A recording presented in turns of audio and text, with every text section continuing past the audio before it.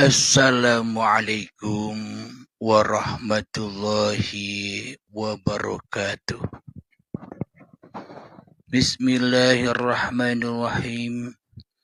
Ashhadu an la ilaha illallah wa ashhadu anna Muhammadar Rasulullah. Allahumma salli ala Sayyidina Muhammad wa ala ali Sayyidina Muhammad. Rabbis rahli sodari wa yassirli amri wahlul uqdatam min lisani yafqahu qawli amin. Bismillahirrahmanirrahim. Salam hormatku, salam santunku, salam kasih sayangku, terutama buat sahabat-sahabatku jamaah Uripe Allah dimanapun Anda berada, baik yang ada di dalam ataupun yang ada di luar negeri. Semoga kita semua senantiasa di dalam pertolongan Allah Subhanahu wa Ta'ala. Amin ya Rabbal Alamin. Sebelum kita awali kajian di sore yang indah ini, bertepatan kami berada di lokasi Banda Aceh. Marilah kita bersama-sama kemahkan di dalam nyawa, kemahkan di dalam jiwa, kemahkan di dalam hati, kemahkan di dalam roh, dan kemahkan di dalam kehidupan ini dengan kalimah-kalimah thayyibah. Subhanallah walhamdulillah wa la ilaha illallah wallahu akbar wa la hawla wa la quwwata illa billahil aliyyil azim. Sadaqallahul azim. Kali ini kajian kami beri judul Kenapa Allah gaib? Kenapa Allah bisa gaib? Kenapa Tuhan kok gaib?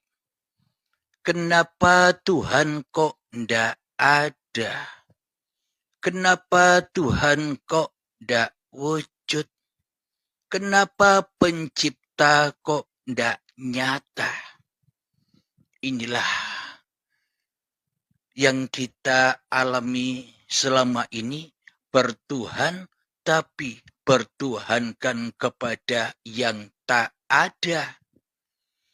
Akhirnya hawa nafsu kita berperan sebagai Tuhan yang wujud. Akhirnya hawa nafsu kita berperan sebagai Tuhan yang hidup. Dan akhirnya diri kita berperan jadi Tuhan yang merasa berkuasa atas hidup dan badan ini. Karena itulah Allah, karena itulah Tuhan yang manusia takkan pernah bisa wujud ketika manusianya masih mentuhankan dirinya sendiri di hatinya. Alhamdulillahirabbil alamin. Secara logikanya, bagaimana mungkin Sang Khalik, bagaimana mungkin Sang Pencipta itu tak wujud? Bagaimana mungkin Sang Khalik, bagaimana mungkin Sang Pencipta itu tak hidup, tak hadir, tak nyata? Akan tetapi yang nyata hanyalah ciptaan-ciptaannya. Akan tetapi yang wujud hanyalah ciptaan-ciptaannya saja. Akan tetapi yang hidup hanyalah makhluk-makhluknya saja. Ini secara logikanya kan terbalik. Logikanya begini. Adanya ciptaan-ciptaan manusia yang ada di dunia ini, baik bangunan-bangunan perumahan, bangunan-bangunan persawahan, mobil, pesawat, motor, dan sebagainya, apapun yang diciptakan oleh manusia yang ada di dunia ini, bila tak ada manusia, apakah mungkin ada motor, ada mobil, ada kendaraan, ada tanaman-tanaman persawahan? Apakah mungkin itu terjadi? Bangunan-bangunan yang diciptakan manusia itu ada bila manusianya tidak wujud.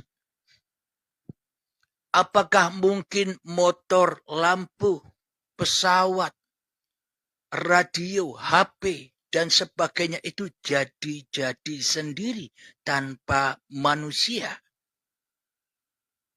Dan apakah mungkin kulkas, TV, HP, motor, pesawat itu lebih wujud daripada wujudnya manusia sebagai penciptanya?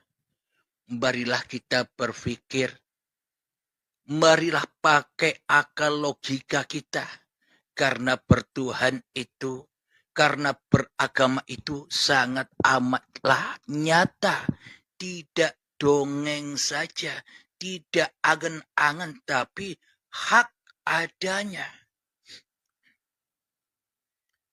Jadi munculnya ciptaan-ciptaan manusia, sepatu, kain, baju, celana, gamis, dan sebagainya. Semua ciptaan itu ada karena ada yang menciptakan. Bukan kain itu bisa gerak sendiri. Bukan kain itu bisa ngukur-ngukur sendiri. Bukan kain itu bisa gunting-gunting sendiri. Bukan kain itu bisa menjahit dirinya sendiri tanpa ada yang menciptakan sehingga jadi baju dan celana sendiri. Akan tetapi selama ini pemahaman kita tentang babakan ketuhanan, tentang babakan Allah, tentang babakan Tuhan kan selama ini demikian. Seolah-olah kita ini, manusia ini jadi sendiri. Hidup kita ini jadi sendiri. Hidup kita ini wujud sendiri. Badan kita ini jadi sendiri. Badan kita ini wujud sendiri. Hidup sendiri. Berarti apa bedanya pemahaman kita selama ini dengan pemahamannya orang-orang yang tak bertuhan?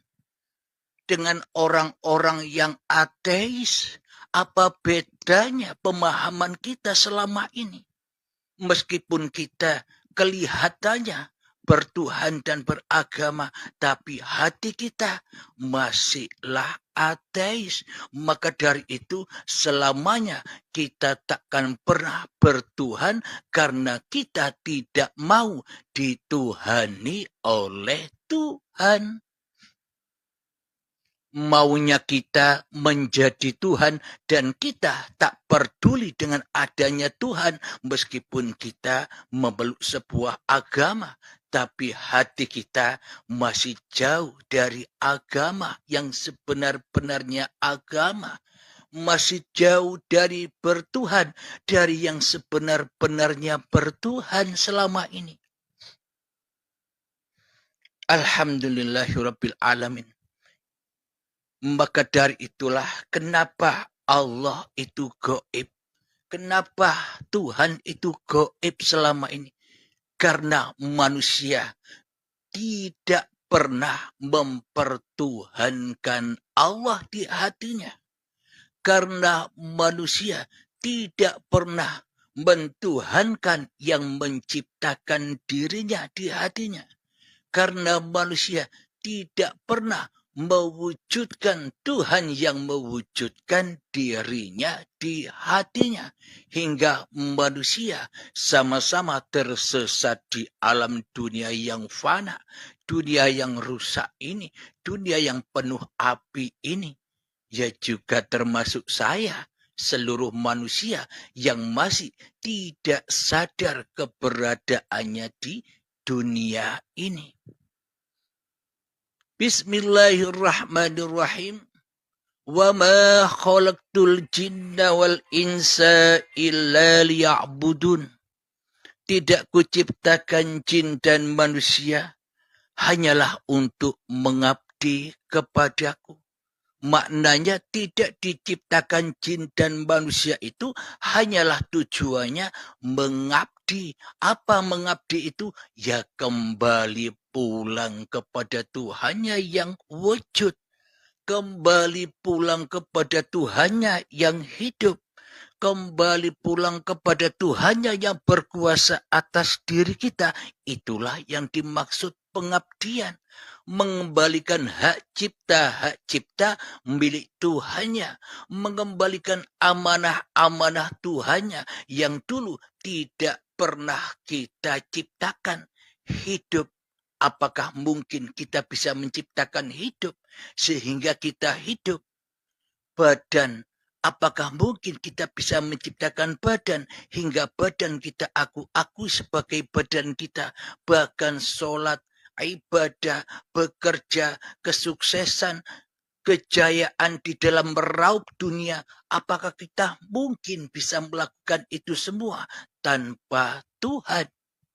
Berarti yang menjadi dalangnya selama ini Tuhan apa kita sendiri di dalam kehidupan dunia ini. Selama Tuhan goib, maka kita disiksa terus oleh apa-apa yang kita cintai di dalam hati kita. Akan tetapi, bagaimana mungkin kita bisa mewujudkan Allah di dalam hati kita, sementara kita selama ini jadi Allah. Sementara selama ini kita jadi Tuhannya, hawa nafsu kita sendiri di hati kita. Maka dari itu, untuk kembali mengabdi kepada Allah, ya harus rela, harus ridho bahwa kita ini hanyalah makhluk. Makhluk itu ibaratkan pakaian. Pakaian ini bila tak dipakai oleh pemiliknya, maka pakaian ini tidak bisa bergelar. Pakaian ini tidak bisa kemana-mana. Pakaian ini hanya ada di almari. Sama dengan pagelaran wayang. Bila sang wayang tidak diambil, dikeluarkan dari kotaknya dan digelar di pelepah pisang, maka selamanya wayang-wayang itu tak pernah bergelar bila tidak dipergelarkan oleh sang dalang.